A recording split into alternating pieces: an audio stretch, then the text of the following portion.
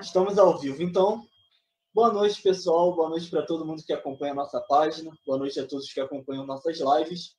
Tenho aqui uma ilustríssima presença hoje, com muito orgulho que a gente tem, a professora Paula Marçal Nathalie, da UEM, que vai ser a nossa convidada do dia. E eu acho que a gente não poderia fechar melhor nosso ano. É a nossa última live, a nossa última convidada. E a gente vai encerrar em alto nível, né, professora? Então, com certeza. Então, convido a todos que estão chegando aqui pela primeira vez para acompanhar as lives que o Fora da Sala de Aula fez durante esse período de pandemia. Desde abril a gente já está fazendo lives. Então, tem lives sobre educação social, pedagogia social, desde a formação à prática. A gente tem lives sobre práticas socioeducativas, a gente tem lives sobre educação em pandemia. Então, tem bastante coisa nessa área. Acompanhem por aí. Deixo também um convite, já que mês passado, em novembro, a gente teve nossa jornada de educação não escolar e pedagogia social. Então, para você que não acompanhou, todos os vídeos ainda estão no nosso canal do YouTube, todas as conferências. Vale muito conferir. E depois de toda essa jornada, de todo esse ano bastante exaustivo para todo mundo, chegamos aqui com a professora Paula, que é doutora em educação pela Universidade Estadual de Maringá. Ela é professora dessa mesma instituição e que tem um trabalho maravilhoso sobre defesa dos direitos da criança e do adolescente. Ela hoje vai compartilhar um pouco das suas pesquisas, das suas práticas, e eu tenho certeza que vai ser uma noite de muito aprendizado para a gente. Então é isso, pessoal. Deem like aí, compartilhem e vamos aprender um pouco junto com a professora Paula. Paula, bem-vinda ao nosso grupo, bem-vinda à nossa live. Se possível, se apresenta um pouquinho melhor para todos que estão nos assistindo e pode ficar à vontade que hoje o palco é todo seu.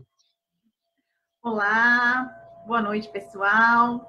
Queria muito agradecer o convite do grupo todo, na pessoa do professor Arthur e do Lucas. É com bastante alegria que eu venho falar para vocês de um tema que é a paixão da minha vida, né? Que é a educação social e o viés da defesa de direitos de criança e adolescente, né? Nesse ano doido que estamos vivendo, né? Fomos nos reinventando e também tivemos alguns avanços, né? Que são esses encontros por lives, que antes a gente tinha muito trabalho para se encontrar presencialmente, apesar de ser muito gostoso, né? O encontro presencial. Mas nós temos essa oportunidade de fazer eventos como o grupo, né, está fazendo, promover o ano todo, né? Muitas discussões, eu acompanhei várias, e muito rico a possibilidade da riqueza desse encontro virtual, né?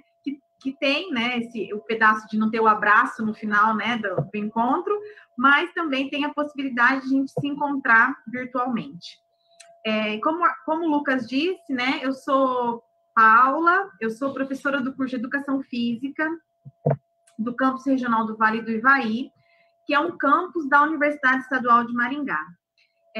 A minha formação é em Educação Física, entretanto, eu atuo com Educação Social desde o primeiro ano do curso, desde o primeiro ano da graduação. Então, esse ano, né, fazem apenas 20 anos, 21 agora, né, que eu atuo nessa área, desde da extensão universitária, passando pela experiência de ser educadora social em diversos ambientes, pesquisadora da educação social e agora estar formando educadores sociais na extensão universitária. Fiz mestrado na área da educação social, né, na Universidade Estadual de Ponta Grossa, e doutorado também, e no doutorado eu estudei mais a formação dos educadores sociais. Hoje, então, eu trabalho na área do lazer e do Fundamentos da Educação, no curso de Educação Física, e atuo como coordenadora do Programa Multidisciplinar de Estudos, Pesquisa e Defesa da Criança e Adolescente da Universidade Estadual de Maringá. Mas aí a gente vai conversando e eu vou explicando essa trajetória. Vou colocar uma apresentaçãozinha para vocês, para ser mais didática aqui e não falar demais, tá?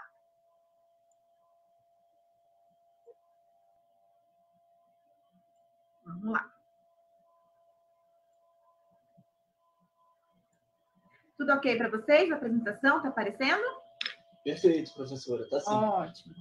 Então, quando o Arthur me procurou, né, e me fez esse convite maravilhoso, ele falou assim que ele gostaria que a gente abordasse a questão do nosso trabalho diretamente com a criança e com o adolescente, dentre outras coisas que a gente faz, em relação à educação social e à garantia de direitos, né?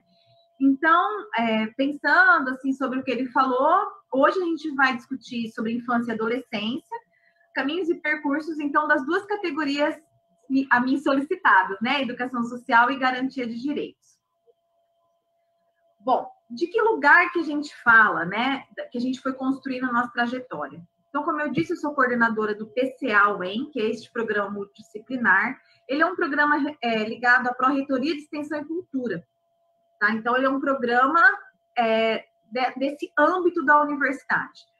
Claro que a gente faz pesquisa, a gente tem grupo de estudo, grupo de pesquisa dentro dele, mas o que classifica, o que orienta nossas ações são as ações extensionistas. Tá? Desde 1999, quando eu conheci a educação social na graduação, a partir do trabalho da professora Verônica Miller e da professora Patrícia Cruzelino, eu me engajei num movimento social, que é o Movimento Nacional de Meninos e Meninas de Rua, né? Um movimento social precursor do Estatuto da Criança e Adolescente no Brasil, do qual eu tenho muito orgulho de fazer parte, e que me ensinou muito, especialmente sobre a metodologia de trabalho com as crianças, né, e adolescentes. Desenvolvendo nosso trabalho na área da educação social, sentimos a necessidade também de estarmos junto a uma associação profissional, né? E montamos aqui em Maringá, se eu não me engano, em 2013, a Associação de Educadores Sociais de Maringá, que é a ESMAR, que eu também faço parte. E depois desse passo de ter uma associação no município, nós nos engajamos na Eduso Brasil, que é a Associação Brasileira de Educação Social e Pedagogia Social, que é onde aí o meu caminho vai cruzando com o do Arthur e a gente se conheceu. Com esse trabalho da educação social, né, o PCA, que é o programa, e a ESMAR faz parte também de uma rede que eu vou colocar aqui, né, o nome Dínamo Internacional, que é muito interessante, que é uma rede de educadores sociais de rua que está presente em mais de 80 países. E eles têm muito material na internet, muito livro. Então, eu fiz questão de colocar aqui esse pedaço da nossa rede de trabalho, para que quem está assistindo a live possa também conhecer o trabalho da Dínamo, que é uma rede muito interessante. No Brasil, a ESMAR é a representante da rede no mundo, né? Nós que representamos. Então, é uma rede muito ativa e que produz muito e está sempre em contato com os educadores sociais. É uma rede de educadores, ele não é uma rede só da universidade, é uma outra característica, é muito interessante. Dentro do trabalho do PCA, então, fazendo esse movimento, né, de pensar as redes mais amplas e as redes regionais, nós atuamos desde sempre, vamos dizer assim, no Conselho de Direitos da Criança e do Adolescente. Nós consideramos, assim, essencial e vital esse trabalho da universidade dentro dos conselhos, assim como os conselhos vindo para a universidade. É uma grande chance e uma grande troca de experiências com a comunidade. Então, aqui eu já deixo explícito um dos braços e conceitos que o PCA trabalha, que é o Programa da Criança e Adolescente, né? É esse contato com a comunidade, com a política e fazer política. Porque estar em conselho de direito te proporciona uma experiência de estar atuando diretamente com a política pública e interferindo na política pública e na fiscalização dessa. E o PCA, a ESMAR e o movimento na cidade de Maringá, que é onde a gente está, hoje está presente dentro do conselho com essas 3 representatividades. Ok? Então, vai por aqui a nossa ligação com a criança e com a defesa de direitos e com a educação social. Bom, para todo esse trabalho, né, que envolve educadores sociais, crianças, adolescentes, acadêmicos, pós-graduandos, né, nós temos, claro, conceitos que nos orientam. E um deles que eu quero trazer para vocês aqui hoje, que é muito importante para a gente, muito caro a toda a nossa ação, é da epistemologia do Sul, que é um conceito que foi nos apresentado, né, pelo Boaventura de Souza Santos, e que depois fomos entendendo que o Paulo Freire já estava nessa há um bom tempo. Diante disso, a gente entende que todos os atores que a gente trabalha, eles têm uma experiência social ampla e variada.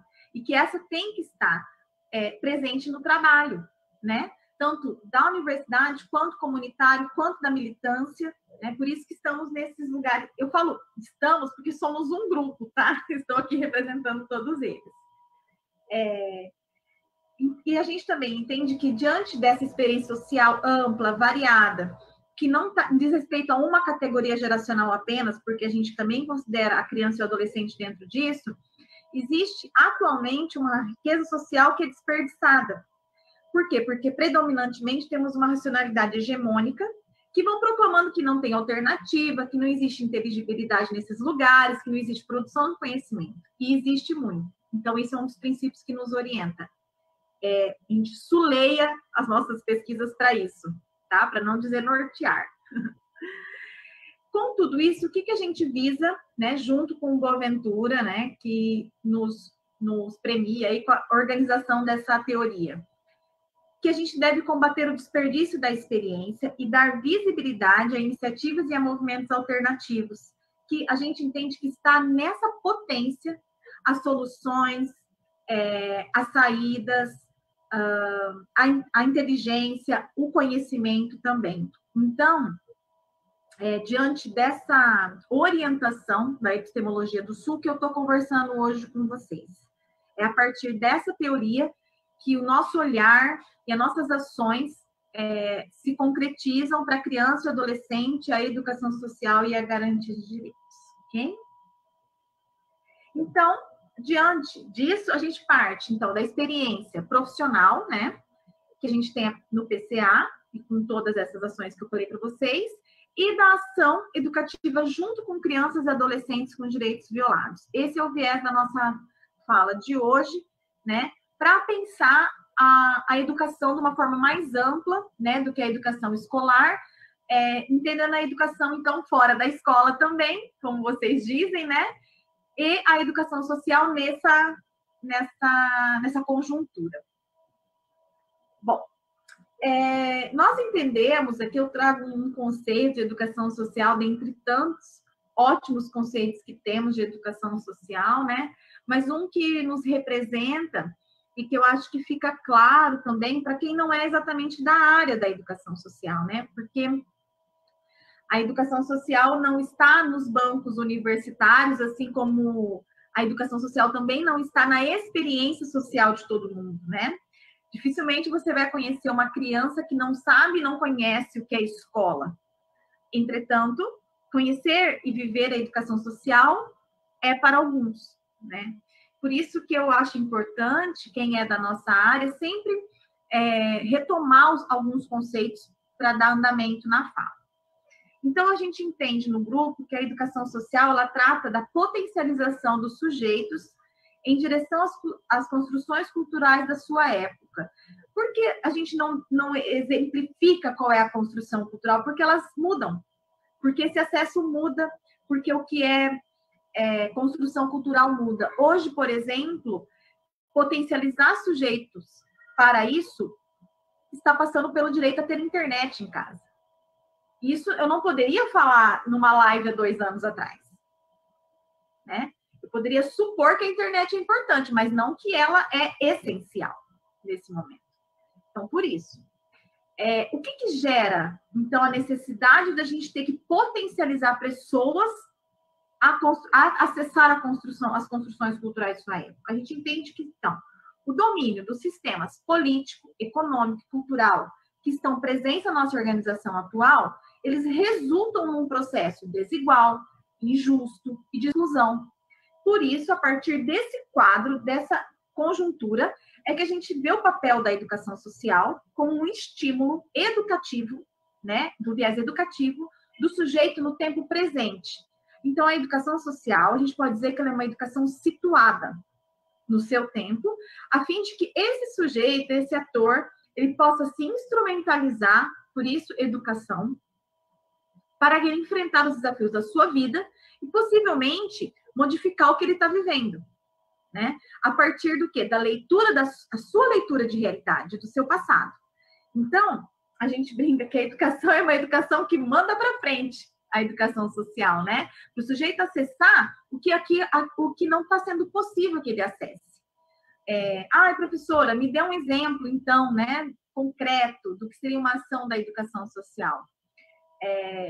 Uma ação da educação social é, por exemplo, identificar que um grupo de jovens não acessa os conteúdos culturais da cidade, por exemplo, uma aula de violão, porque ele não acessa e não sabe fazer e não tem como fazer o deslocamento dele, porque o bairro dele não tem ou não proporciona isso, o deslocamento do transporte público, por exemplo. Então, discutir com esse jovem o que é transporte público, como isso poderia ser modificado, se isso é uma política, se para oferecer violão de forma pública também deveria se pensar nesse ambiente, tudo isso a gente entende que é um processo educacional, né? E que o educador social que está inserido na realidade, com esses adolescentes que eu estou aqui inventando, poderiam pensar esse processo com eles, executar o processo e ensiná-los nisso. E quando a gente ensina isso, a gente não precisa ensinar depois de novo outra coisa e outra coisa. Ele já aprendeu o acesso à cidade, por exemplo. Um exemplo, ok? Como que estamos com a formação dessa pessoa que trabalha com a educação social, né, no nosso país? No país, a gente tem diversos processos formativos, né? Não existe um único processo formativo, como a gente fala, vou ser enfermeiro, vou prestar enfermagem. Então, a gente tem muitos caminhos, né? Eu sou professora de educação física, tem pessoas que são pedagogos, historiadores, enfim, né? Temos muitos processos, até porque a gente tem muitos âmbitos de formação, né? Educadores que fazem formação em movimentos sociais, em grupos de estudos, na universidade, no cotidiano do seu trabalho, porque viram educadores sociais e lá no cotidiano do trabalho que vão entender o que estão fazendo, né? E se propõem a aprender sobre, e também em projetos de extensão universitária. Nós identificamos, temos até um texto, eu, a professora Jaciara, a professora Cléia Renata, que vai exemplificar 3, pelo menos, casos de formação de educadores sociais em projetos de extensão universitária. O que reivindicamos de cara é que essa formação precisa ganhar o status de uma formação da educação. Todos os outros profissionais da educação estão se formando na universidade e entendemos que a educação social também pode participar desse processo. Então, já coloco aqui o meu posicionamento sobre o futuro da formação dos educadores sociais. Bom, quando o Arthur me convidou, né, eu pensei logo em falar das dimensões características da educação social que a gente identificou lá na minha tese em 2016, porque a tese ela foi construída a partir de depoimentos de educadores sociais. Então, eu conversei com 21 educadores sociais, que deram depoimentos em média de 2 a 3 horas, e a gente foi identificando alguns elementos importantes para a formação e para as características da educação social. Por que eu trouxe isso aqui? Porque muitas vezes a gente não, como eu disse no início, não identifica qual é o real papel do educador social. Então, por exemplo, no Brasil, nas nossas pesquisas do grupo do PCA, a gente já identificou que muita gente entende que educador social é que faz a oficina, né? Então, tem educador social que fala de oficineiro, monitor, recreador, vários nomes. E o educador social não é um executor de oficinas apenas. Então, por isso, trazer algumas dimensões características desse profissional. Então, a gente entende assim, que o saber fazer do educador social, ele passa pelas destrezas do seu exercício profissional, né? Que, por exemplo, saber fazer boas abordagens, né? Abordagens qualificadas. Minimamente, ele tem que saber acessar a rede de atendimento educacional, social, cultural da sua cidade. Então, ele não pode ser um educador social que não sabe acessar. Não, se o adolescente olha para ele e fala, então tá bom, então onde que eu vou fazer a capoeira? Ai, não sei, não sei, não conheço. Não, o educador social tem que estar isso na ponta da língua, isso faz parte do conhecimento dele, para saber atuar. A outra coisa que a gente entende é que ele tem que conhecer algumas coisas, né, como toda profissão.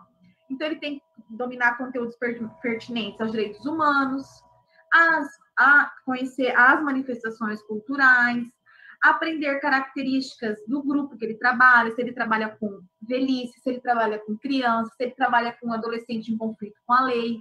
Ele tem que conhecer, né? Ele tem que estudar, ele tem que dominar algumas características e trabalhar com elas, dependendo do grupo com que ele trabalha. Assim como se a gente é professor universitário, a gente tem que saber lidar com um aluno universitário, e assim em todas as esferas da educação. Algumas posturas e posicionamentos que a gente entende que são primordiais para a atuação do educador social, né?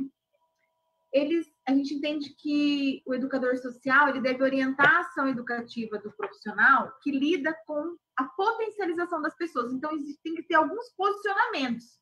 Essa pessoa ela tem que ser esperançosa minimamente, confiante e, principalmente, propositivo, né? Ele tem que conseguir gerenciar toda a ação educativa para uma proposta, para ir para frente, como a gente disse no início, né? O educador social, ele precisa, porque em geral ele vai trabalhar com projetos de vida, né? Individualmente ou de grupo.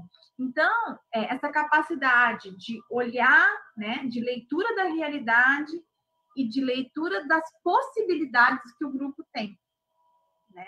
E não é que o educador social tem que dar todas as saídas, ou o educador social tem que resolver a vida do grupo, mas ele tem que ser propositivo para o grupo refletir sobre essas saídas e acessar quem deve dar, se é a assistência social, se é a saúde, se é a educação, né?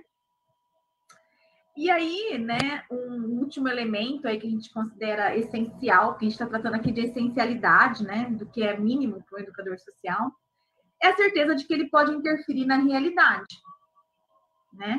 O educador social, ele tem que, então, trabalhar com a perspectiva de transformação, no sentido de que ele deve, minimamente, quando ele trabalha com pessoas com direitos violados, é sinal que ele está reconhecendo que aquela pessoa está sofrendo uma violação, e que essa violação tem que ser sanada. Então, ele tem que ser uma pessoa que entenda que o objetivo da ação educativa dele é transformar aquela ação, aquela vida, né? No sentido de que a pessoa não pode estar mais naquela condição, porque aquela condição não é digna, não é justa, né? Então, ele tem que minimamente trabalhar com a garantia dos direitos daquela população. Bom, diante desses elementos que eu coloquei para vocês muito rapidamente, como conceitos que vão orientar a nossa ação educativa, eu falei para o Arthur que eu ia trazer nossos trabalhos com a extensão, né, de forma mais direta, e explicar como a gente faz essa intervenção educativa com a infância aqui em Maringá, né? Não só em Maringá, eu vou explicar para vocês que não é só aqui. Então, a gente trabalha a partir de uma linguagem, né, que são as brincadeiras e os jogos, não só porque somos professores de educação física, né, e que nos apropriamos dessa linguagem, mas também porque entendemos que ela é um direito da criança, né, e a principal forma de expressão infantil. Então, a gente faz a intervenção educativa com a infância a partir dessa linguagem. A gente chama carinhosamente, né, a nossa intervenção de projeto Brincadeiras, mas na verdade chama Projeto Brincadeiras com meninos e meninas de e nas ruas, porque se originou nessa forma, né, um projeto que tem mais de extensão, tem mais de 20 anos, e quando ele surgiu na cidade de Maringá, nós trabalhávamos com a realidade de crianças e adolescentes nas ruas, né? O que hoje, não quero dizer que Maringá é uma cidade perfeita, longe disso, entretanto, não temos crianças e adolescentes na rua. Temos jovens, temos adultos, mas criança e adolescente, como tínhamos há 20 anos atrás, não temos. O projeto, hoje, ocorre em um bairro periférico da cidade, em que identificamos que temos crianças não de rua, mas nas ruas, que muitas vezes passam um dia fora das suas casas e retornam. O projeto de extensão então, tem mais de 20 anos, e ele também acontece no campus regional do Vale do Ivaí, que é onde eu atuo como professora, que é uma cidade chamada Ivaiporã, que é aqui pertinho de Maringá, e lá também temos o projeto já há 5 anos. Tá? Os dois projetos trabalham com a metodologia que a gente chama de lúdico-político-pedagógica, né, que são os eixos de trabalho com as crianças. Esse nominho tão pequenininho, lúdico-político-pedagógico, ele pode ser remetido, né, à construção teórica e de ação educativa da professora Verônica e da professora Patrícia, que tem um livro que chama Reflexões de quem navega na educação social, que nos orienta na ação educativa para e com a criança e o adolescente, né? Aqui uma fotinho do projeto lá em Ivaiporã, né? A gente está brincando aqui de Volençol, vocês podem dar o nome que quiser, né? Que as crianças gostam bastante e tal. Outro princípio que a gente pode trazer para vocês essa noite é que a brincadeira é entendida pelo grupo como um patrimônio da cultura infantil, né?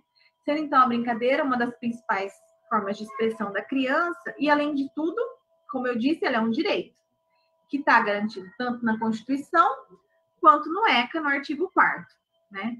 Então, por que eu trago isso? Porque pode parecer distante para quem não é da educação, mas em muitos ambientes, em muitas frentes de trabalho e de luta, nós temos que justificar criança brincar.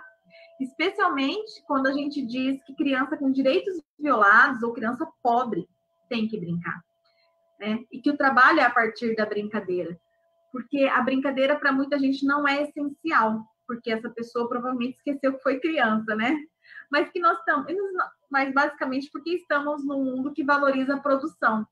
E a brincadeira não é, né, desse pedaço da vida da produção. Então, sempre digo para os meus alunos, para o pessoal da extensão, que a gente tem que se garantir para garantir a brincadeira, né, para justificar o trabalho com brincadeira. Nós temos alguns princípios que vão orientando o projeto Brincadeiras na sua atuação, né? Então, como eu disse para vocês, o projeto Brincadeiras ele começa na rua, aqui em Maringá, com um trabalho de abordagem, de convite à brincadeira, né?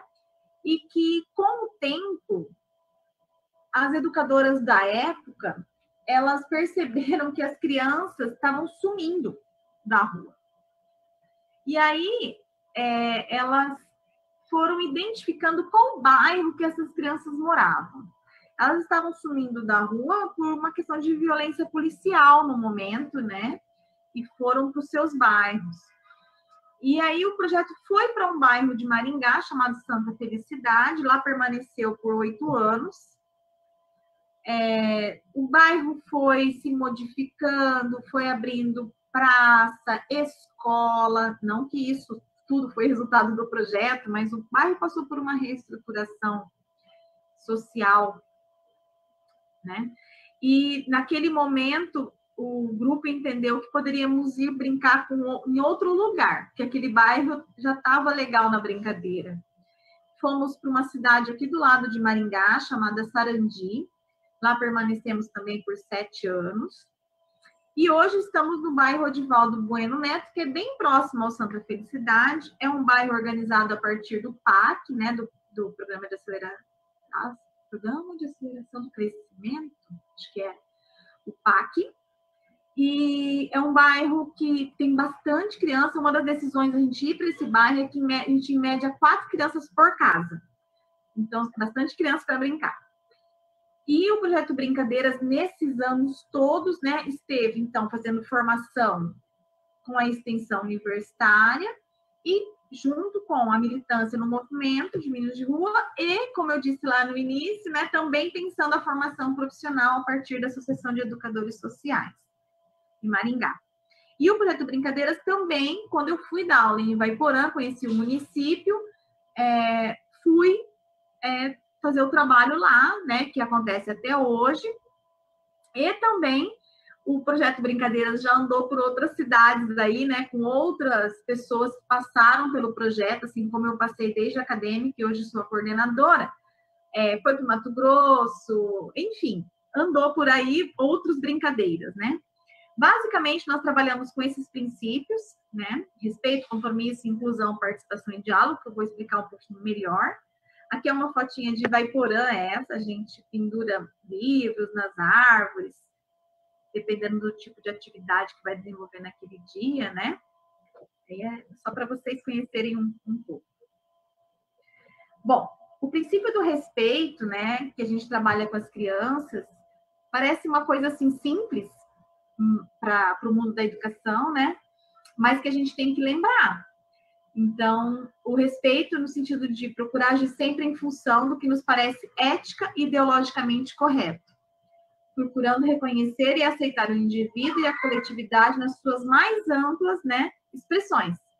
Cultura, relações, desejos, linguagem, organização, opção política partidária, religião, né? Porque quando se está lá, né, na educação social, num bairro, numa praça, que sempre trabalhamos em ambientes abertos, né?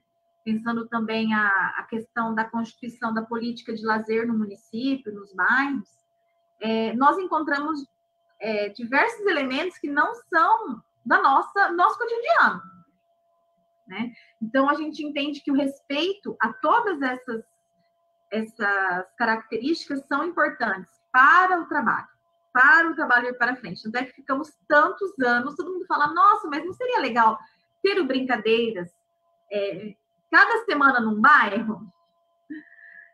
Não é o nosso objetivo. Se a gente pretende um trabalho de inserção, de leitura de realidade, de valorização das experiências sociais, de intervenção no bairro, potencializando, minimamente, a gente tem que conhecer bem o bairro e a comunidade e os poderes que ali estão, se vocês conseguem me entender, as forças que agem sobre aquele bairro, a dinâmica, como o bairro sobrevive economicamente, do que as crianças gostam, né? Para aí a gente desenvolver um trabalho que a gente considera efetivo depois de tantos anos de experiência, né? São mais de 20 anos de brincadeira, são 24 anos, eu acho. Outra característica, né, um outro elemento para a gente essencial é a questão do compromisso. Aqui o dever individual e coletivo que a gente tem de colaborar e de nos responsabilizar, tanto individualmente quanto no grupo, pelo que ocorre durante as atividades e também depois das atividades. As crianças, né, nas crianças isso se expressa assim, através da participação, na proposta das atividades, de cuidado material, no cumprimento dos acordos, né?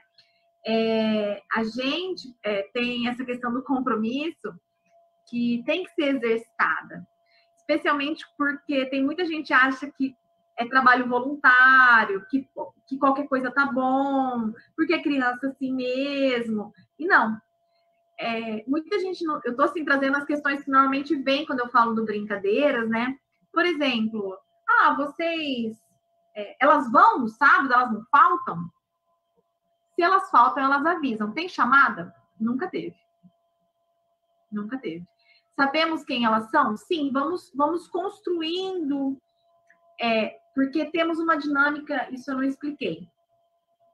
Nós vamos ao bairro, fazemos a intervenção, e na mesma semana, né, temos nosso encontro dos educadores. Nesse encontro, nós estudamos teorias diversas da criança, da sociologia da infância, da educação social, dos direitos da criança, e discutimos o que aconteceu no sábado e planejamos o outro sábado. Tá? Isso é toda semana. E nesse processo, assim que os educadores saem do bairro, eles têm que fazer um registro, que a gente chama de relatório individual. Porque assim, né, Lucas, o que está acontecendo aqui comigo, com uma criança, não está acontecendo com você. E se a gente não faz um relatório individual, a gente perde muito, a gente já perde, né? Normalmente.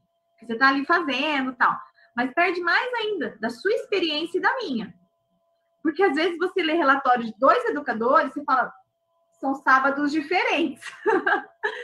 Porque às vezes rolou alguma coisa com um grupo de adolescentes ali, rolou uma outra conversa, enfim, foi para outro lugar e teve um educador que ficou lá brincando de queimada, de bola queimada. E rolou outra coisa com as crianças. Então, nesse momento que nós nos encontramos, tá? Para discutir os relatórios semanais e planejar as futuras ações, né? Então, a gente brinca assim, você pode até ser do Brincadeiras e vir no estudo, mas você não pode ir ao Brincadeiras sem, né? Então, assim, você pode vir estudar com a gente se você não pode participar do projeto, aprender com a gente, mas você não pode ir no projeto se você não puder ir no estudo, né? Enfim, isso faz parte do compromisso, tá? Deixa eu contar uma história do compromisso para vocês entenderem como às vezes entender o compromisso dói. Teve um educador, nossa, muito querido, que logo que a gente estava assim, há meses ainda no bairro, e ele há meses no projeto, chegou bem feliz na reunião, né, nossa, de educadores, e falou assim, pessoal, eu conversei com as crianças e é agosto, elas gostam muito de soltar pipa em agosto. E aí eu falei que a gente podia soltar pipa sábado que vem, mas não vai dar tempo de organizar. Vamos deixar para outro sábado. Eu falei, opa, como é que é? Você prometeu pipa para esse sábado? Não, nós vamos fazer a pipa. Porque a gente prometeu. Tanta gente já falha ali e nós estamos começando uma relação com elas. De confiança, de respeito. Então, nós vamos aprender com essa experiência que não se promete assim de cara uma coisa sem saber se o grupo dá conta, porque quem já fez uma pipa sabe de tudo que se precisa para fazer uma boa pipa e quantidade de material que a gente precisava e quantidade de palito e de não sei o que, e de linha, enfim. Nós enlouquecemos por 2 dias, mas levamos a oficina de pipas que o nosso educador querido prometeu, e não é que nunca mais prometemos nada, mas aprendemos como que se conversa e faz um acordo com isso, né? Doeu, porque, olha, eu vou te dizer, o tanto de palitinho que a gente raspou assim, ó, machucou os dedos de todo mundo, mas deu certo. Uma historinha para descontrair um pouquinho, né? Bom, outro elemento que a gente considera bem importante é a questão da inclusão, obviamente, né? A gente oferece oportunidade de acesso aos jogos, num critério de radicalidade, de inclusão e de colocar isso em discussão também no bairro, né? Porque a questão não é do projeto, a questão é de todo mundo que está ali, inclusive do bairro, de acesso, de tudo isso. E claro que isso gera muitos processos educativos interessantes, né, de aprendizagem. A outra questão é da participação, que isso difere bem do ambiente escolar, né? Porque a participação delas não é obrigatória no projeto. Em nenhuma etapa do desenvolvimento do projeto. Então, às vezes, as crianças vão bastante, às vezes a gente está com os períodos com mais criança pequena, às vezes com mais adolescentes, às vezes com pais que participam, né? Que não é sempre. Entretanto, quem é constante ali somos nós, né? E isso vai tornando a participação espontânea e também constante, né? E nós explicamos, né? A gente nunca vai não estar no bairro e não explicar por que não estaremos. Por exemplo, nós vamos parar Natal e Ano Novo, por exemplo, nas semanas. Ou como o posicionamento que a gente já teve alguns anos atrás, quando tivemos uma greve muito, muito severa, muito dura aqui no Paraná. Tivemos, não sei se vocês sabem, vai ter gente do Brasil inteiro escutando, os professores tomaram bomba na cabeça na capital do Paraná. E nós decidimos conversar com as crianças sobre isso, trabalhamos muito a questão da greve com elas e nos retiramos do bairro por um tempo. Porque foi um posicionamento que o PCA tirou junto com as crianças e o entendimento de que a comunidade também tinha que entender que nós estávamos extremamente fragilizados como profissionais, né, naquele momento. Então, tudo isso faz parte. Então, isso é explicado, ser trabalhado, né? A questão do diálogo, claro, uma das nossas bases teóricas, como eu anunciei lá no início, é o Paulo Freire, né? Então, trabalhamos o diálogo como uma forma de linguagem que permite a expressão, a comunicação, que necessita ser desenvolvida, explorada também pela criança, também pela participação nos jogos cooperativos, em outras atividades. Então, a gente resolve as coisas pelo diálogo, né? E tem o diálogo como método.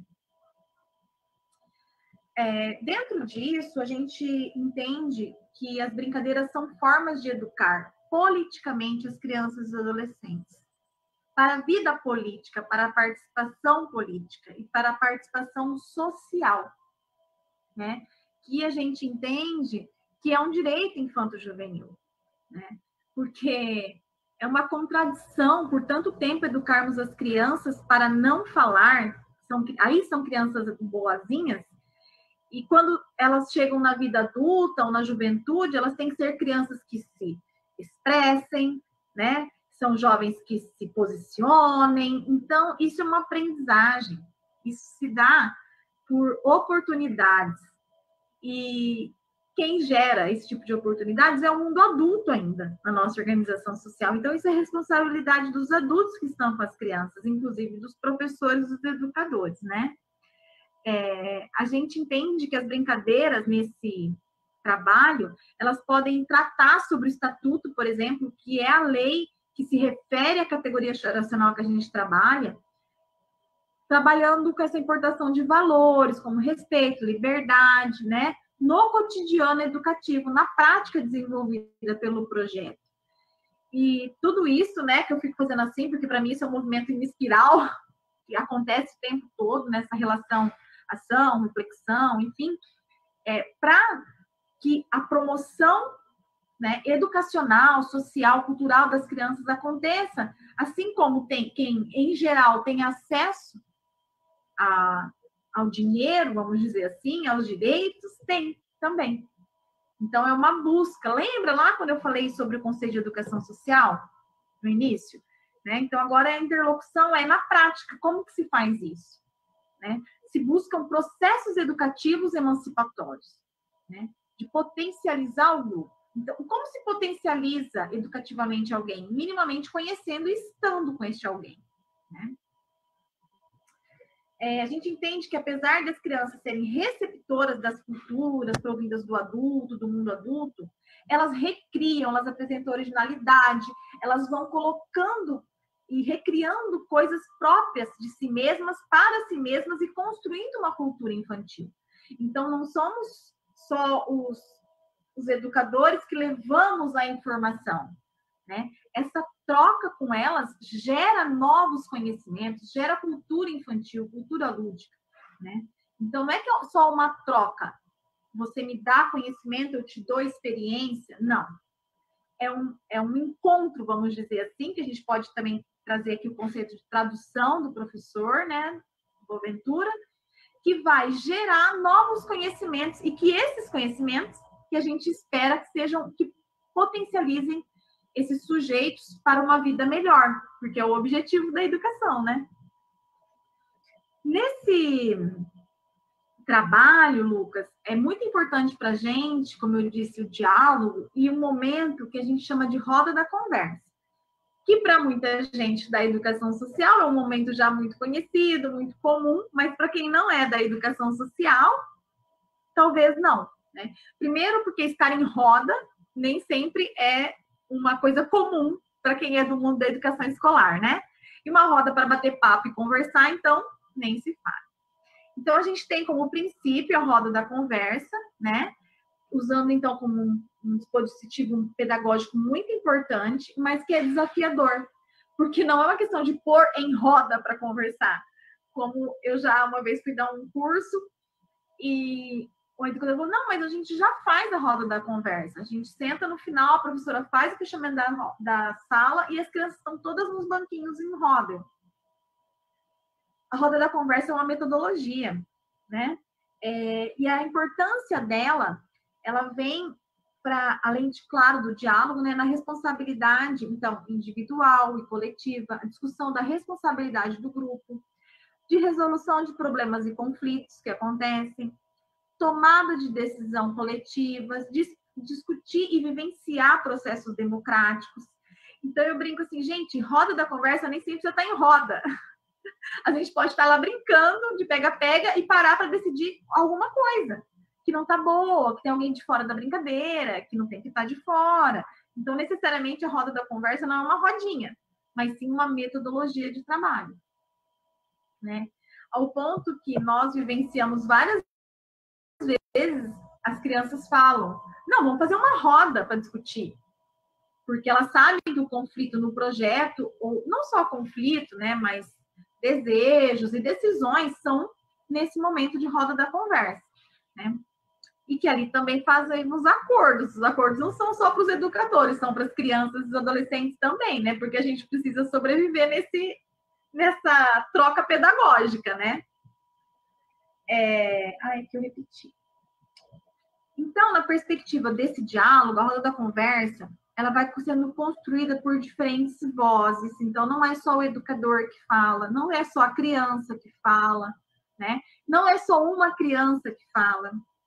E às vezes não é na fala, às vezes é no toque, às vezes é no abraço do educador, às vezes é num desenho, né?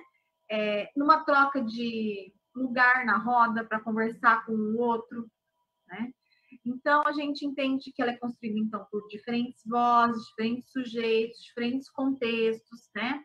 E essas produções das crianças, né, que em geral são produções orais, elas vão gerando esse encontro de ideias, de saberes, de vontades, de emoções, de imaginação, né, que vão estabelecendo, como eu disse, novos conhecimentos, novos sentidos.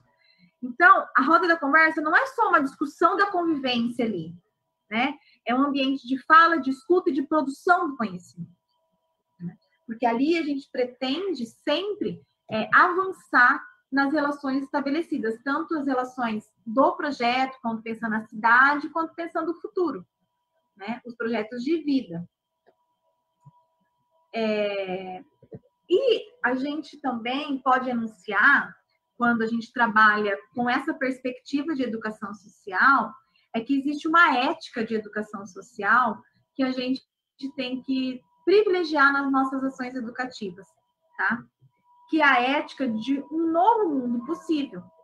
Como eu disse, o trabalho com educação social, que o PCA, que a ESMAR, que a Eduzo Brasil, né, vai buscando e se enfiando aí nas coisas, nas brigas por leis trabalhistas, por formação, por direito da criança, é sempre pensando um novo mundo possível, né? O que motiva, no final, lá atrás, todo esse movimento é essa utopia, porque a gente tem que ir caminhando, né? E para isso a gente fala, bom, se eu quero interferir nos direitos das crianças, eu tenho que estar no Conselho de Direitos. Se esse grupo quer melhores educadores sociais, ele tem que pensar a formação desse pessoal, junto com esse pessoal, porque tem gente muito boa trabalhando, e o que eles fazem para ser muito bons nessa área?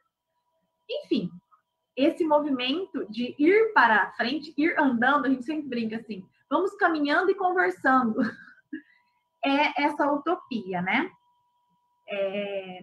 E aí eu queria trazer para vocês uma reflexão que tem me sustentado muito nesses tempos pandêmicos, né?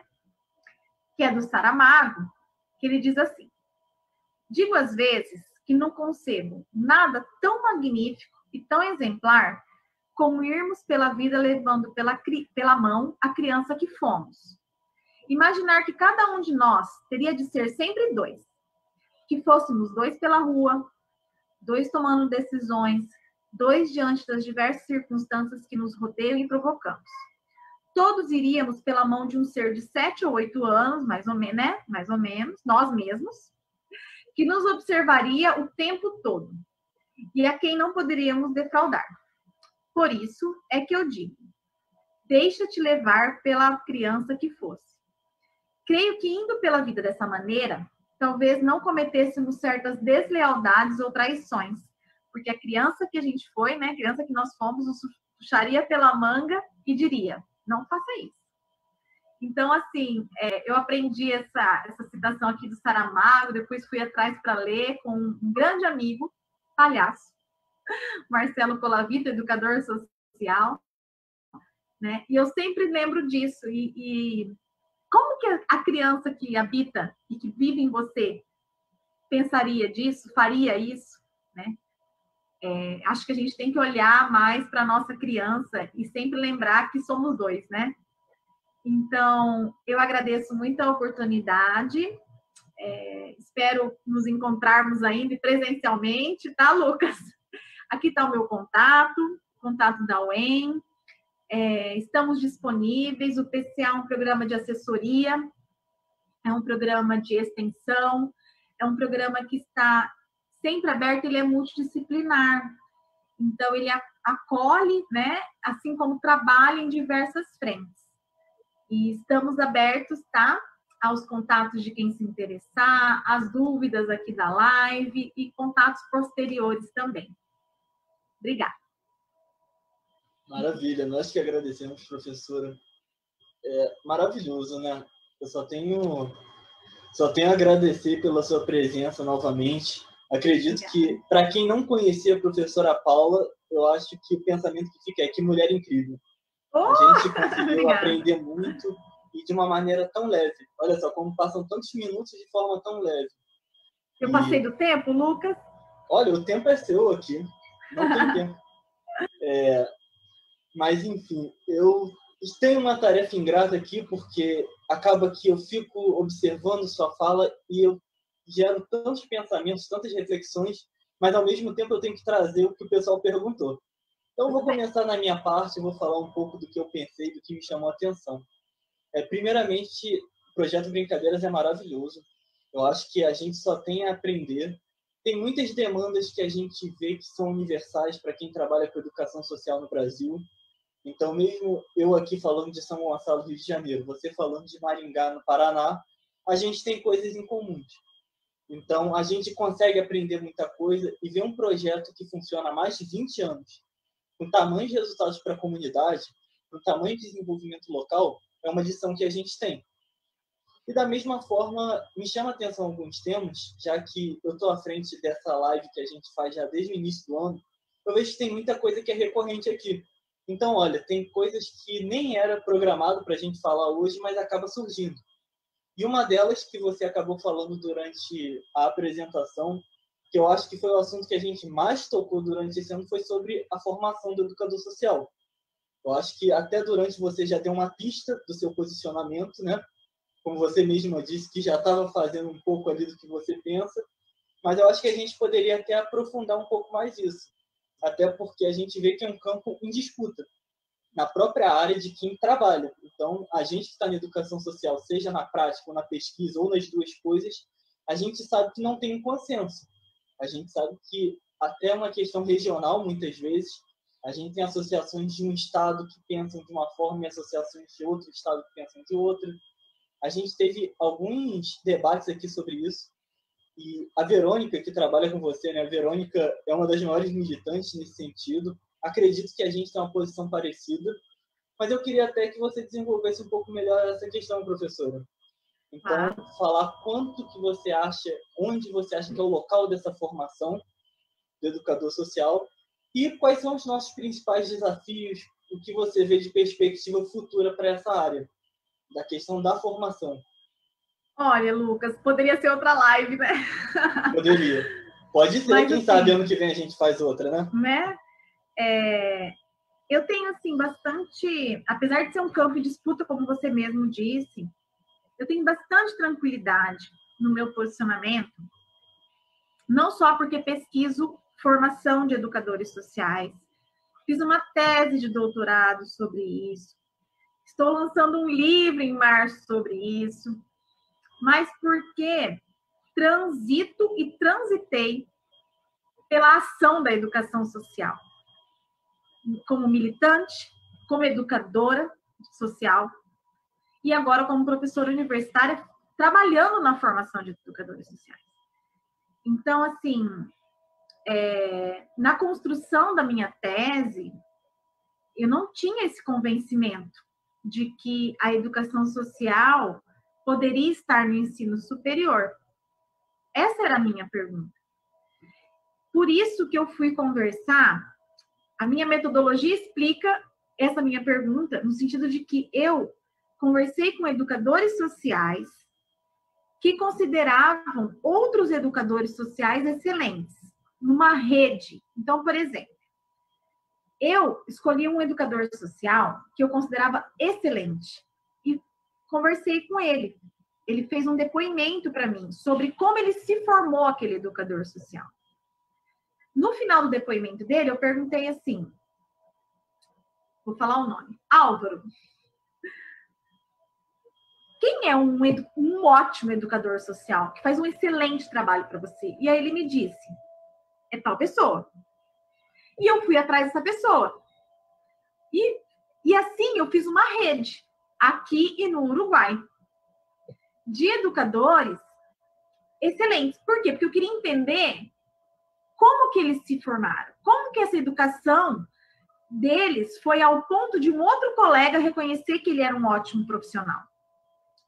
Diante desse conceito, a gente foi entendendo que passar pela universidade foi essencial para muitos, não para todos. Que mesmo os que não passaram no ensino superior estavam em contato com a universidade de alguma forma. Em processo formativo. Isso é um ponto. Então, já disse aqui que eu acho que a educação social hoje tem que estar no ensino superior.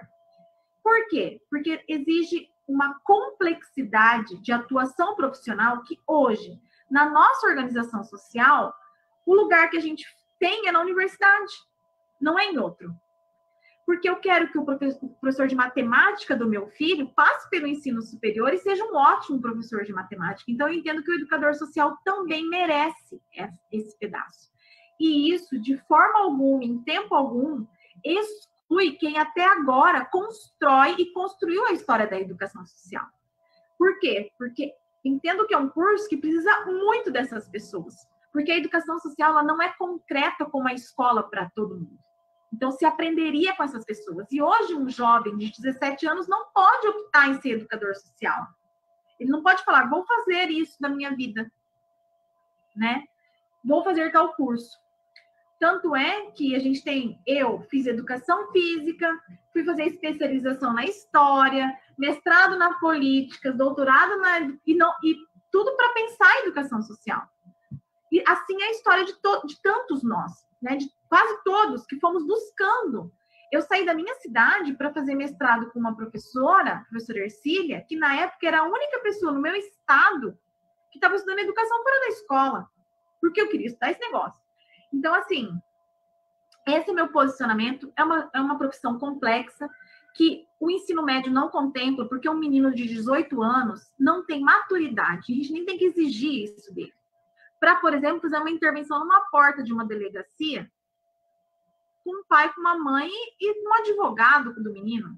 Não tem, a gente tem que ter essa clareza, né? E que essa posição de que, com 17 anos sim é possível, ela é utópica na nossa realidade de trabalho, né, Lucas? Porque os educadores sociais hoje, eles compõem equipes com psicólogos, com assistentes sociais, com pedagogos, com médicos da família. E como que faz? Quem que escuta alguém sem ensino superior nesse ambiente? Perfeito. É por aí, mas enfim, em linhas gerais. Sim. Acredito que é uma posição bem perto do que a gente tem aqui no grupo Fora da Sala de Aula. Logicamente, eu pelo menos falo da minha parte agora, eu tenho bastante sensibilidade até para pensar que é legítimo o outro lado, a outra opinião quanto a isso. Acho que uma preocupação que provavelmente você já ouviu também, você fez debate com pessoas que pensavam do outro lado. falam muito, mas está desvalorizando a experiência, está desvalorizando quem já trabalha, ou se você colocar na universidade vai tirar o trabalho de quem já faz há anos. Mas eu concordo bastante com você e uma coisa, professora, que eu achei maravilhosa na sua apresentação, é que você destacou bastante como que a experiência também é um local de formação. Então, uma coisa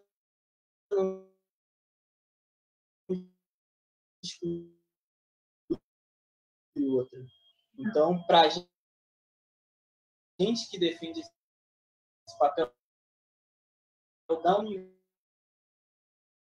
universidade na formação especializar, é uma coisa que e muitas vezes é uma demanda. Eles mesmos falam que sentem falta disso. Como você disse, o seu exemplo foi maravilhoso. A gente trabalha bastante na educação social com equipes. Então, em uma equipe dessa, multidisciplinar, que você tem um psicólogo, você tem um assistente social, qual é o lugar do educador social ali se ele não tem uma formação? Então, onde ele vai ter voz ali?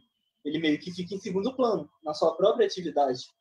Então, acredito que é muito relevante essa conversa. Logicamente, a gente aqui não está trazendo isso como uma verdade absoluta. Como eu disse desde o início, é um campo que a gente ainda está debatendo. Então, até para quem tem dúvidas sobre isso, tem inquietações sobre esse campo, a gente fez uma live alguns meses atrás que a gente debateu essas duas visões, inclusive. Eu assisti. A professora Eveline é uma das grandes representantes do outro lado, né? E é uma grande parceira nossa. Eu falo outro lado, nunca é no sentido de alguém da ideia, né? Da ideia. Outro lado da ideia, mas é uma grande parceira. Inclusive, beijo para a Eveline, para o pessoal todo do Ceará, que são parceiraços nossos. Eu acho que é assim que a gente cresce, né? Nesse debate. Acredito que a educação social tem que estar em debate sempre. Tem mais delongas. Agora, até uma indicação que eu queria fazer, quando você fala de alguns princípios para a prática, eu acho que a gente aqui, mesmo sendo uma coisa que a ideia não é ser super acadêmico, esse debate, mas eu acho que sempre vale fazer indicações. Então, quando você estava falando sobre isso, então você trouxe principalmente os trabalhos da professora Verônica Miller, né? Sobre respeito, sobre compromisso, diálogo, que você colocou até o Paulo Freire. Eu acho que isso, para quem se interessou, também tem uma indicação nossa do grupo, que é a pedagogia da convivência dos jesuijares, que é uma das formas, é um dos modelos que a gente utiliza atualmente para fazer a pedagogia social, desse educador catalão. Então, para quem se interessar, vou colocar até o link aqui nos comentários. E eu acho que um link também que é muito válido da sua tese, né, professor? Acredito que vai somar, eu acho que gerou bastante interesse em quem está assistindo a gente. Então, acho que vale. E agora eu queria trazer algumas perguntas. Posso fazer uma por vez, professora? Pode ser? Tem algumas perguntas. E aí vale destacar, pessoal, a gente não está ao vivo. A gente está ao vivo, mas a gente já gravou essa live 2 dias antes. Então, as perguntas que eu estou trazendo aqui são as perguntas que a gente abriu na nossa página. Então, teve post e quem queria fazer pergunta para a professora Paula colocava ali nos comentários. É um modelo novo que a gente está fazendo. Não sei se vai continuar, mas é um teste que a gente está fazendo. Até para não ter participação apenas de quem está ao vivo na hora.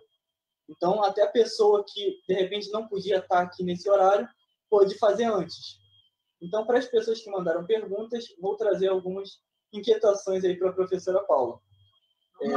A primeira delas foi da Mariana Nogueira, e ela diz, tem uma pergunta para a professora Paula. Gostaria de saber quais são os desafios para que consigamos entender a criança como um sujeito de direitos, e assim garantir que eles sejam assegurados também em nossas práticas educativas. Então, isso como que a gente entende a criança como sujeito de direitos.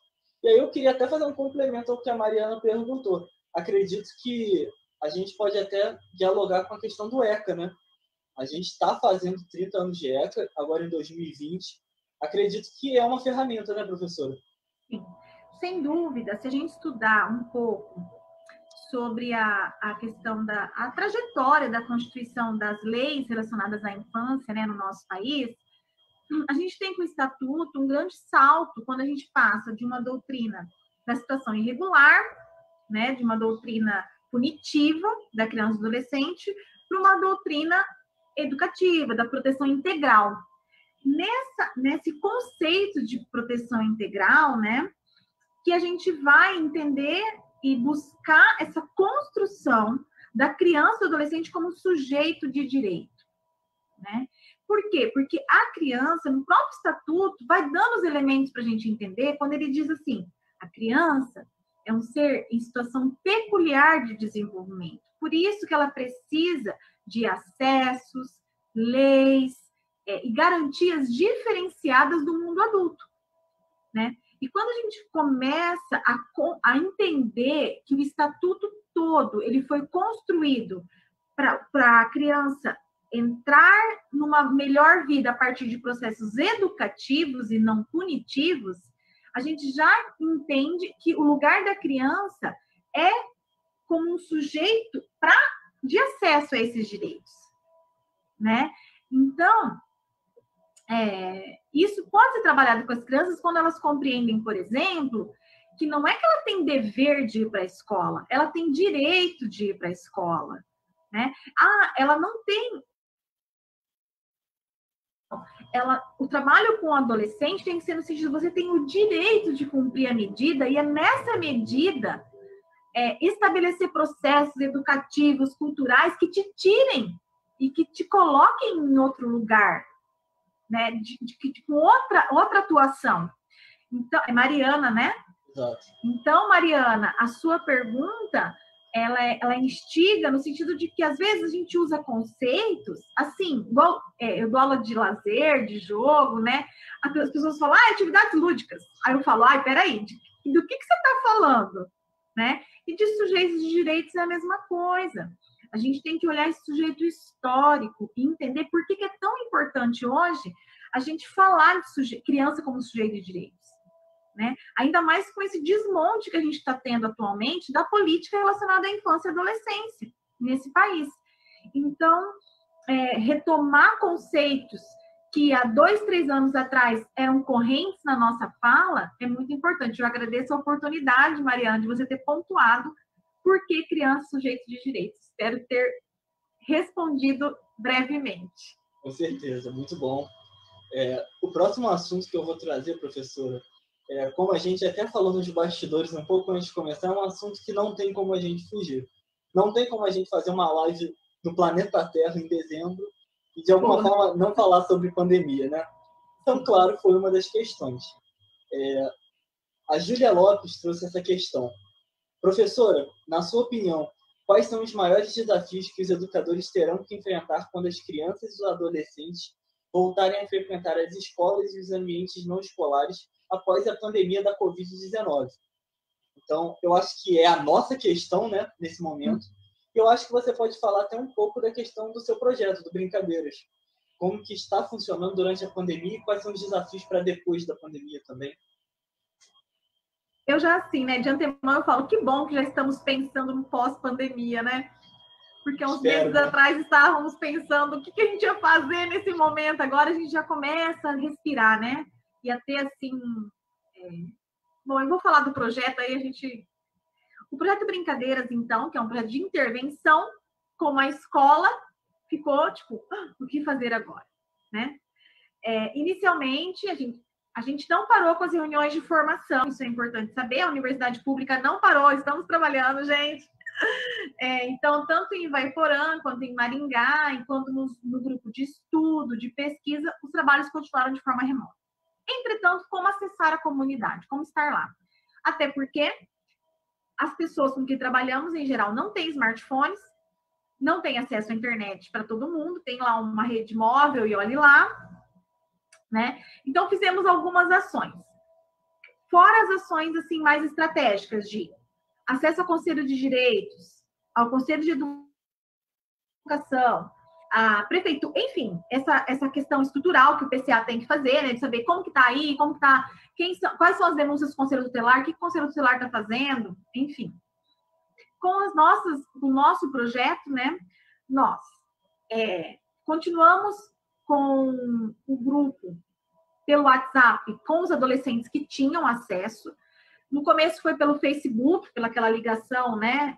Depois eles fizeram uma outra forma, acho que agora tem mais gente, teve que pelo Meet, mas com alguns adolescentes que tinham acesso.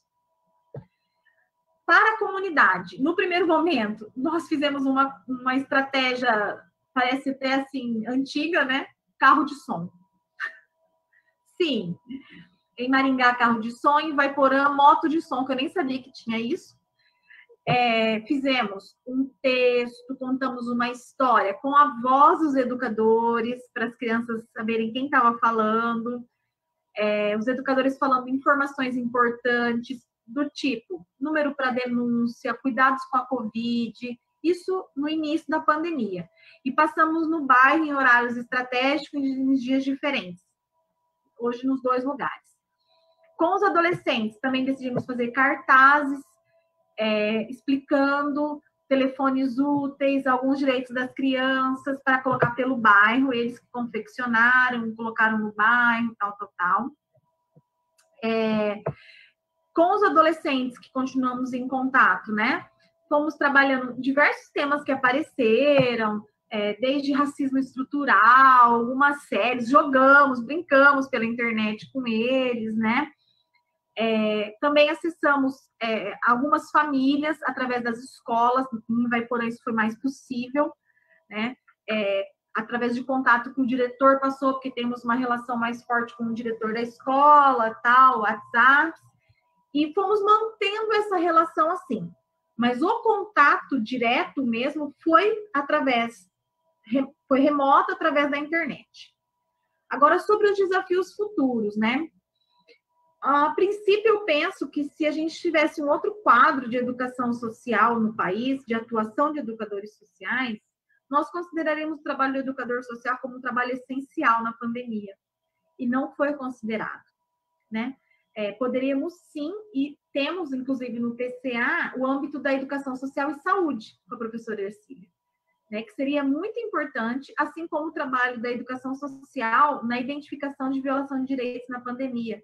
Porque uma das coisas mais assustadoras para quem trabalha com infância não saber o que está acontecendo dentro das casas em relação a isso, em relação à violação de direitos. Então, acho que um dos desafios vai ser receber de volta essas crianças, né, para as atividades, após um período de tanta distância, né, em relação, então, à violação de direitos, ao que lhes interessa agora, né?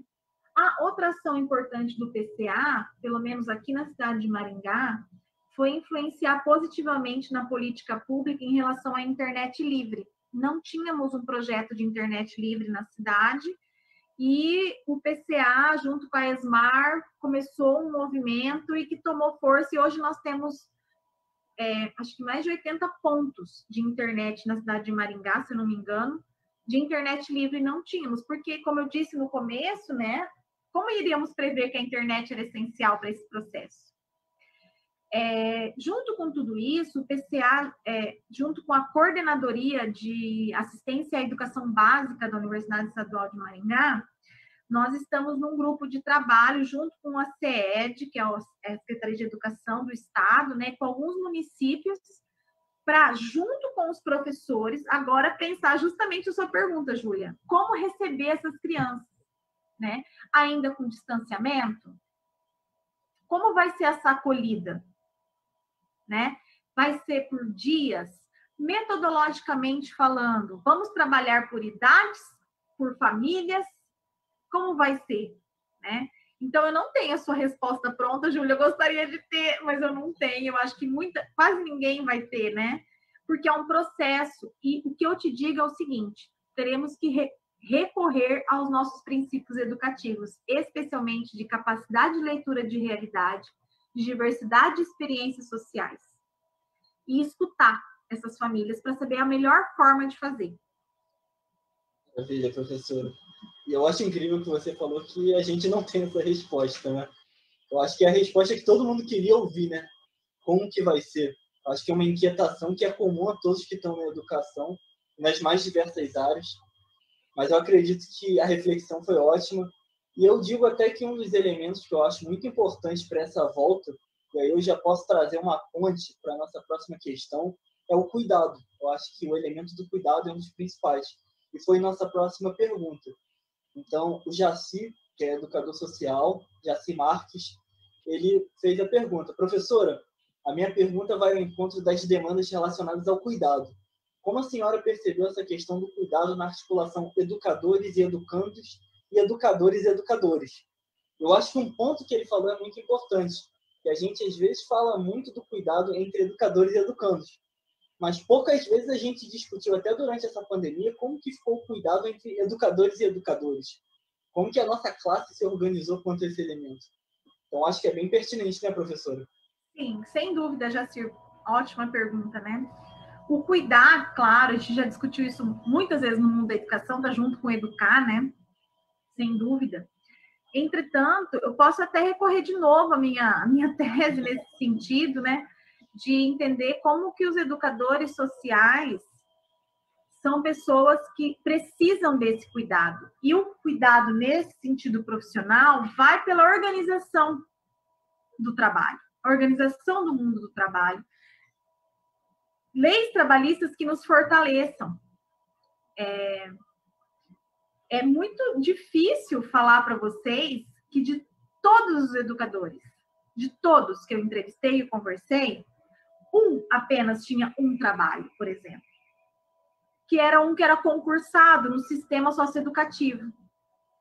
Os outros todos estavam extremamente cansados, fragilizados, até porque estavam muito distantes da reflexão, do tempo do estudo e por ter muitos trabalhos.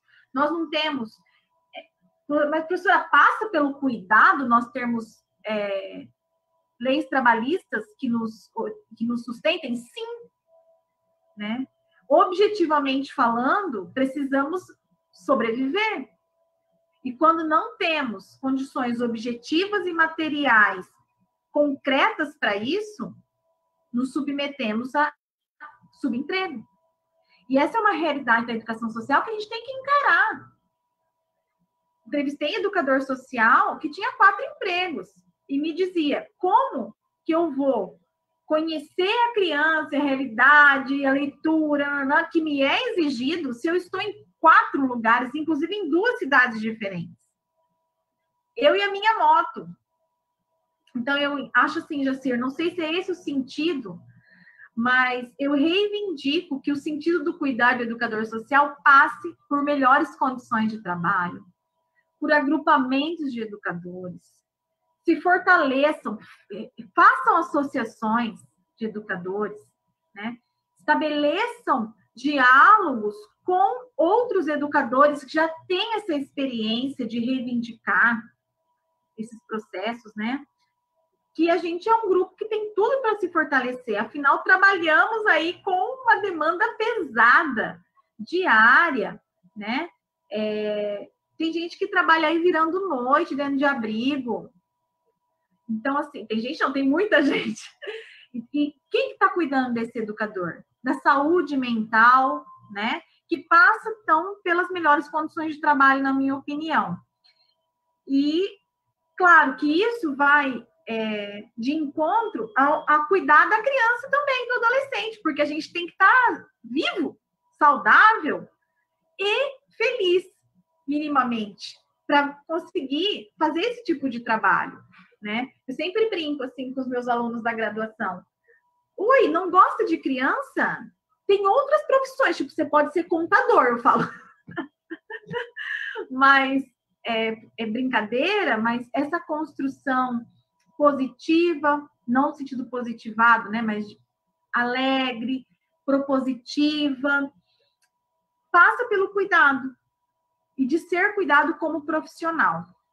Do jeito que estamos hoje, como educadores sociais, em geral, não estamos cuidados. Estamos ao léu. Muito bom, professora. E olha como que a gente vai longe no debate, né? A gente entrou na questão do trabalho. Talvez nem fosse a primeira coisa que a gente pensa ali, mas como que isso tudo, como tudo isso anda junto, né? Eu lembro até que uma das primeiras slides que eu fiz aqui, que eu apresentei na nossa página, foi em maio.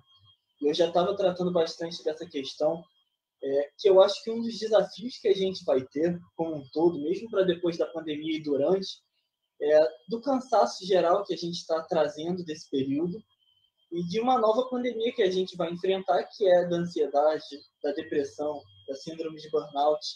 Então, eu acho que o cuidado, mais do que nunca, e aí não só com os alunos, mas também com os educadores, que muitas vezes é uma profissão que fica um pouco invisibilizada nesse período, que tem muita ideia de senso comum para muitos grupos que não estão atuando, que a gente está parado, né? Tem aquilo lá, a escola não está funcionando, a universidade não está funcionando, está tudo fechado.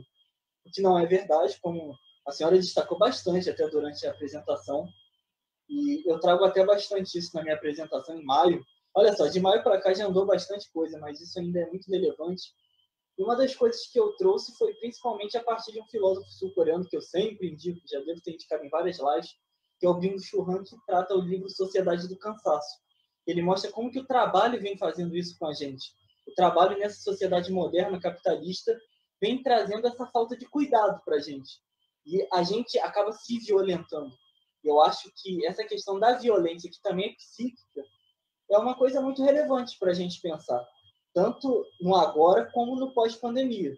E aí, tanto um cuidado que passa pelo nosso educando, pensar que a pessoa é criança, parece que ela não foi afetada. Foi. A criança foi muito afetada durante esse período.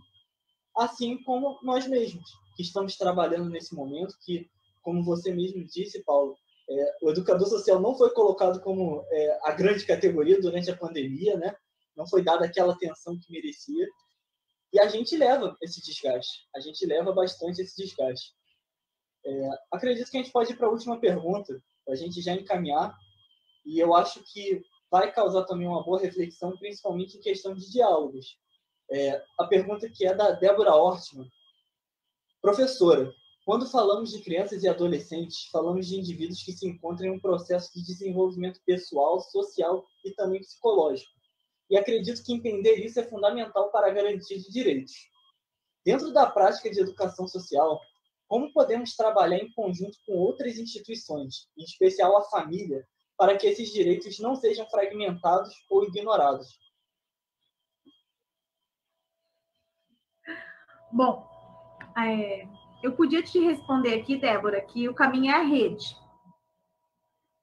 Mas a minha experiência me orienta a dizer que a rede anda furada, né? A gente tem uma identificação aqui no PCA de que, por exemplo, uma criança que está com uma situação de direito violado, ela está identificada pelo sistema. A saúde sabe um pouco dela e da família, a assistência social sabe, a vara da infância, o CAPS infantil, mas que a escola, claro, mas que ninguém conhece a história dessa criança. O PCA ele tem uma prática de juntar essa gente toda para conversar. É interessante, minimamente. Porque as pessoas nas instituições, elas seguem protocolos que eles pedem. Então, elas têm tudo registrado. E o que a gente vai percebendo é que está registrado, mas não está efetivamente em movimento. Então, eu acho que um dos desafios da educação social é compreender dentro das políticas que o educador social poderia colocar isso em movimento. Ele poderia ser, como é em tantos países, o agente educativo que transita por isso, pela família, pela assistência, pela educação, pela saúde, e vai construindo a história dessa criança para pensar processos educativos para sair dessa condição. Junto com as políticas, obviamente, junto com tudo isso que eu estou falando. Quando a gente coloca essa gente toda para conversar, a gente fica impressionado com os detalhes que a rede sabe dessa criança, por exemplo. Desde, a mãe é tal, a avó é tal, porque os profissionais estão fazendo o seu pedaço lá, assistente social no CRAS, tal.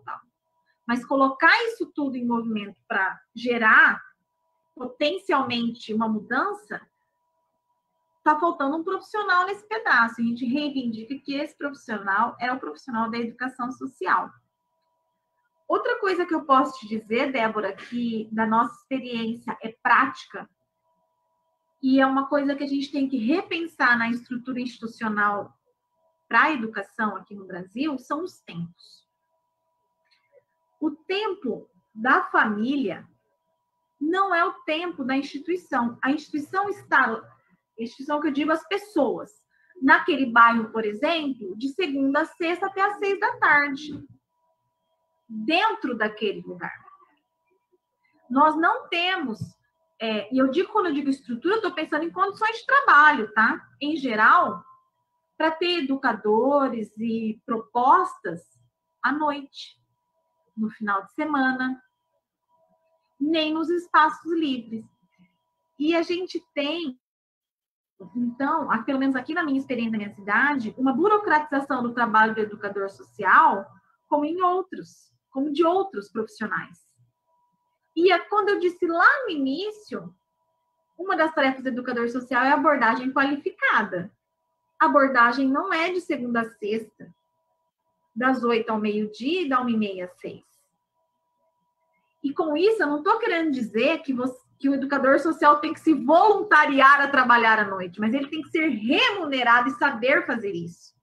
E no final de semana, e estar no espaço público. Então, nesse sentido, Débora, acho que eu sim, estou falando muito amplo, mas é nesse sentido que eu digo que a gente tem que estabelecer relações, repensar condições de trabalho, metodologias, disposições, conteúdos, né? Porque não adianta querer fazer uma palestra de reaproveitamento de alimentos quando a mãe dessa menina passou o dia inteiro em pé de diarista, sacolejou mais 2 horas no ônibus para chegar no seu bairro, e ela é obrigada a ir porque no final vai receber não sei o quê. Então, a gente tem que repensar essa metodologia de trabalho. Porque, minimamente, a gente tem que ter prazer na aprendizagem. Eu te escutar. E isso passa pelo respeito. E isso passa por repensar as estruturas que estão colocadas institucionais. Muito bom, professor. Não se perdeu, né? Eu acho que... E até se tivesse perdido, às vezes é se perdendo que a gente se encontra, né? Acho muito bom, professora. Só tenho a agradecer. Acho que demos conta de muita coisa. Acho que ficamos com muitos fios aí, como você mesma disse. Dava outra live, algumas coisas. E quem sabe, né? Eu acho que o convite, as portas vão estar sempre abertas, porque foi maravilhoso esse encontro. Acho que, como eu disse logo no início, a gente fecha muito bem nosso ciclo de lives esse ano. Então, acredito que a gente, em um turbilhão de incertezas, em um turbilhão de inseguranças, a gente conseguiu trazer reflexão para cá, com gente muito boa, como a professora Paula Nathalie. E eu só tenho a agradecer. Deixo aqui meus últimos recados antes de passar para a palavra final da Paula, que a gente ainda vai ter mais uma live aqui na nossa página, que é o nosso querido Cine Debate, que vai ser na próxima semana, com o Alan e o professor Arthur. O filme ainda está sobre votação, o filme que a gente vai debater semana que vem. Então dá tempo de votar ainda que filme que vocês querem ver. E seguimos aí. Ano que vem esperamos estar em situações melhores, mas vamos seguir com nossas atividades aqui online ainda. Acredito que é um modelo, né, professora, que a gente não tem mais como fugir, esse modelo das lives, inclusive porque proporciona muita coisa boa para a gente. É um encontro que eu e a Paula não nos conhecemos pessoalmente e hoje passamos a tarde juntos, mesmo cada um em um canto do Brasil. Eu acho que é uma coisa muito proveitosa, então ano que vem voltamos, janeiro já vai ter live de novo. Deixo aqui meu espaço de merchan também, que no mês passado o Fora da Sala de Aula lançou 2 livros, então faço minha propaganda aqui. Trouxe aqui, provavelmente a câmera vai inverter, mas para terem ideia, a gente tem o Hospitalidade na Educação, que é uma organização do professor Arthur e que pega quase todos os participantes do GENEPS do ano passado. Então, é um livro com pesquisadores de todo o Brasil, que trata principalmente de hospitalidade e educação. E também nessa vibe de hospitalidade, a gente tem Educação, Hospitalidade e Pobreza, que foi organizado por mim, pelo professor Arthur e pelo Thiago Simão Dias. Então, é um trabalho de todos os membros do Fora da Sala de Aula, principalmente nesses 3 eixos, educação, hospitalidade e pobreza. E, para quem quiser comprar, tem na editora vendendo, mas tem também mais barato, tem mais em conta na nossa mão. Então, manda uma mensagem no nosso chat, quem tiver interesse, que a gente faz por um preço mais baixo, um preço mais camarada. Agradeço a todos que acompanharam a live com a professora Paula. Agradeço a todo mundo que acompanhou lives durante esse ano. Quem pegou pela metade vai ficar aqui na nossa página, vai ficar no nosso canal no YouTube para quem quiser assistir depois. Deixem seus comentários, porque é sempre muito importante para a gente saber esse feedback para a gente construir as próximas lives. E só tenho a agradecer. Professora Paula, um prazer ter essa tarde com você, para o pessoal que está assistindo agora essa noite com você. E é um prazer contar com toda a sua experiência, com todas as suas reflexões, com seus tantos anos de pesquisa e de atuação na área da educação social. Deixo aqui nossos agradecimentos como grupo, deixo as portas abertas para você voltar quando quiser, seja virtualmente ou até presencialmente ano que vem, né? Quem sabe. E deixo aqui para a gente encerrar suas palavras finais, suas últimas considerações. Bom, eu só tenho a agradecer, parabéns pela produção, né? Fiquei curiosa. E lindas as capas dos livros, viu? Parabéns. Eu só posso agradecer, nesse tempo de pandemia, né? A possibilidade, então, de nos encontrarmos virtualmente, mas também de sermos bem recebidos virtualmente. Isso é muito importante, né? O nosso grupo, acho que assim como o grupo do Arthur, tenta preservar o carinho, a acolhida, né? E a gente sente isso desde o convite até o jeito que vai sendo conversado, tudo com bastante tranquilidade, né? Entre educadores, né? Como deve ser. Então, eu agradeço a oportunidade, me disponibilizo para futuras perguntas, né? Já que vai ser colocado no ar na quinta-feira. Também coloco à disposição o programa, o PCA, o Programa da Criança e Adolescente, na Universidade Estadual de Maringá, para qualquer tipo de dúvida, né? E seguimos conversando, brincando, né? E aprendendo. Muito obrigada pela oportunidade ao grupo todo, viu, Lucas? Transmita aí toda a minha alegria de estar aqui com vocês. Muito obrigado. A gente que agradece, professora. Foi um prazer. O burburinho dentro do grupo foi muito grande quando soubemos que você iria participar. E é um abraço sempre para o pessoal da ESMAR, para o pessoal da UEM, sempre grandes parceiros da gente. E é isso. Foi um prazer, professora Paula. A gente fica disponível nos comentários para quem precisar. E encerramos por aqui nossa live dessa noite. Muito obrigado a todos que acompanharam. Tchau, tchau, pessoal. Tchau, tchau.